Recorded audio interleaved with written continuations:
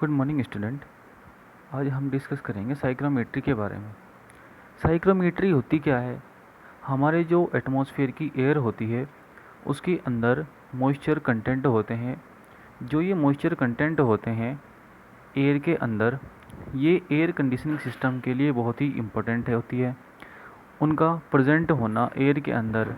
लेकिन उनकी जो अमाउंट है वो कितनी है, वो एयर कंडीशनिंग के लिए अच्छा कंसेप्ट है।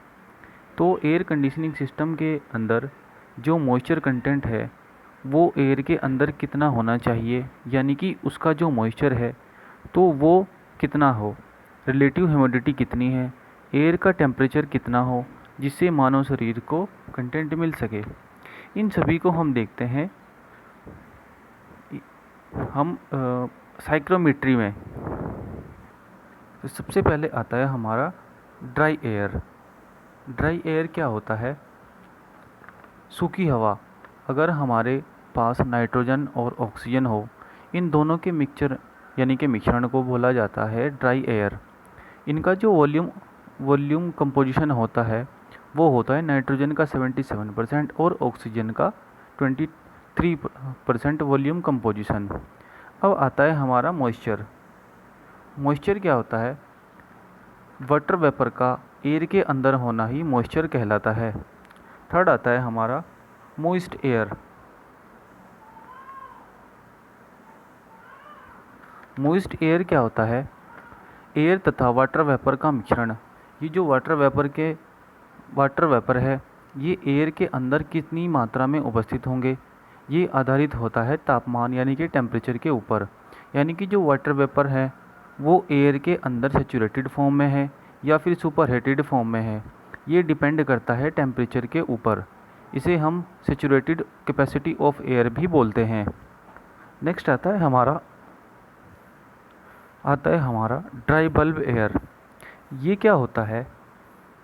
जो हमारे साधारण वातावरणीय तापमान है, अगर हम एक थर्मामीटर ले फिर थर्मामीटर से उसको मापें तो उसे बोलते हैं हम ड्राई बल्ब टेम्परेचर। उसके बाद आता है हमारा वेट बल्ब टेम्परेचर। ये क्या होता है? यदि हम तापमान को मापने से पहले साधारण या नॉर्मल ऑर्डिनरी जो हमारे पास थर्मामीटर होता है उसका जो बल्ब होता है उसे अगर पीले कपड़े से ढक दे, उसके बाद तापमान को मापें तो उसे बोलते हैं हम वेट बल्ब टेम्परेचर। उसके बाद आता है हमारा ड्यू पॉइंट। ये क्या होता है? जैसे कि हम जानते हैं कि एयर के अंदर जो वाटर के वेपर होते हैं तो एक ऐसा तापमान या एक ऐसा टेम्परेचर जिसके ऊपर ये वाटर के वेपर ठंडा होना स्टार्ट कर दें उसे बोलते हैं हम ड्यू पॉइंट टेम्परेचर। उसके बाद आता है हमारा स्पेसिफिक ह्यूमिडिटी। स्पेसिफिक ह्यूमिडिटी क्या होती है? वाटर के वेपर की जो मात्रा होती है, या फिर ये कह सकते हैं कि 1 केजी सूखी हवा में कितने वाटर के वेपर हैं, इसे बोलते हैं हम स्पेसिफिक ह्यूमिडिटी। इसे ग्राम प्रति किलोग्राम में लेते हैं। उसके बाद आता है हमारा एब्सोल्यूट ह्यूमिडिटी। ये क्या होती है?